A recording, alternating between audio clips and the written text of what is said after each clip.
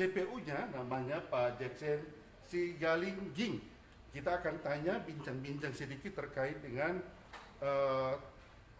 tanggapan jaksa terhadap pledoi dari tim kuasa hukum.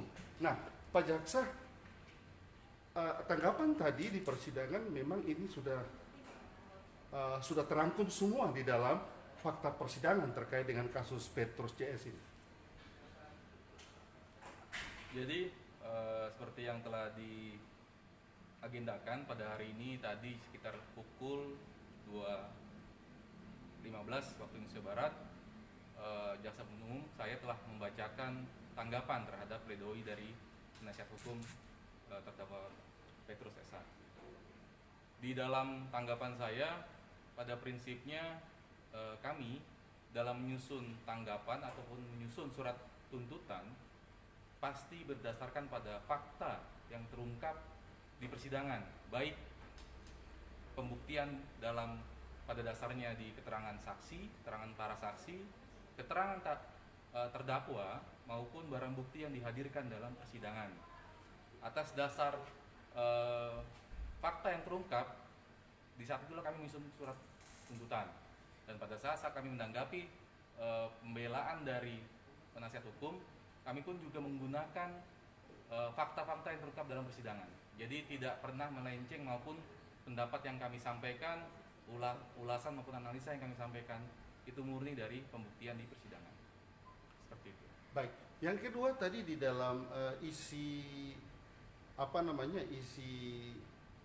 tanggapan jaksa bahwa Petruslah yang menginisiatif semua permasalahan ini sehingga timbul dugaan bahwa ada unsur penipuan di dalamnya. Mungkin bisa dijelaskan sedikit. Baik, jadi pasal yang dapat kami dakwakan maupun tuntut dan buktikan di proses sidang ini adalah pasal 378 KUH Pidana Junto pasal 5 ayat 1 ke 1. Yang artinya adalah ada peran untuk perkara terdakwa Petrus, bahwa terdakwanya adalah Petrus, dan ada saksi dalam berkas perkara lain sebagai terdakwa, yaitu Anastasius Akai, Sugito maupun Indik. Nah, dari beberapa pihak ini, Petrus dan 3 orang saksi ini memiliki peran masing-masing, sehingga yang kami jelaskan dan kami jabarkan dalam surat tuntutan, Petrus perannya adalah dia menggerakkan hati dari saat itu bertemu dengan saudara Anton untuk dapat dicarikan tanah. Lalu selanjutnya peran Petrus adalah mengkonsep maupun membuat beberapa dokumen, berita acara kepemilikan maupun kwitansi tanda terima. Peran dari saksi yang 3 orang ini sebagai saksi dalam berkas perkara itu yang menandatangani seolah-olah bahwa tanah seluas 42,3 hektar itu adalah milik dari 3 orang tersebut, yang faktanya menurut pendapat kami jaksa penuntut umum tidak benar adanya. Jadi ada beberapa peran Pak Petrus kami gambarkan, kami jabarkan, kami buktikan di surat tuntutan kami, mengatakan bahwa Pak Petrus ini sebagai orang yang menggerakkan hati dari saudara Anton, satu, dan selanjutnya mengkonsep dan mendatangi para saksi yang 3 tadi untuk dibuat, ini kan rangkaian kata-kata dan rangkaian kejadian, sehingga tergerak hatinya perusahaan untuk menyerahkan uang. Jadi ada beberapa kejadian yang perannya dilaksanakan oleh Pak Petrus, ada beberapa kejadian yang perannya dilaksanakan oleh 3 orang saksi yang terdakwa dalam penuntutan terpisah.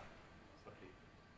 Baik, demikian kita sudah berbincang-bincang dengan JPU dalam kasus perkara Petrus CS, yang barusan kita semua mendengar bahwa JPU dengan yakin bahwa terdakwa Petrus dengan kawan-kawan memang ada perbuatan mereka sesuai dengan pasal yang mereka dalilkan, pasal 378 junto 55 ayat 1 dan 1 bahwa mereka secara bersama-sama berkolaborasi untuk meyakinkan perusahaan sehingga perusahaan bisa mengeluarkan dana atau anggaran kepada mereka dan akhirnya mereka tidak bisa buktikan itu. Nah, oleh karenanya kita akan tunggu nanti tanggal 16 November tentang sidang penuntutan majelis hakim. Nah, semua kita menanti keputusan apa yang akan majelis hakim putuskan, itu adalah ranah pengadilan. Demikian yang dapat kami sampaikan langsung dari kantor Kejaksaan Negeri Bengkayang. Poros Indonesia, salam Corona.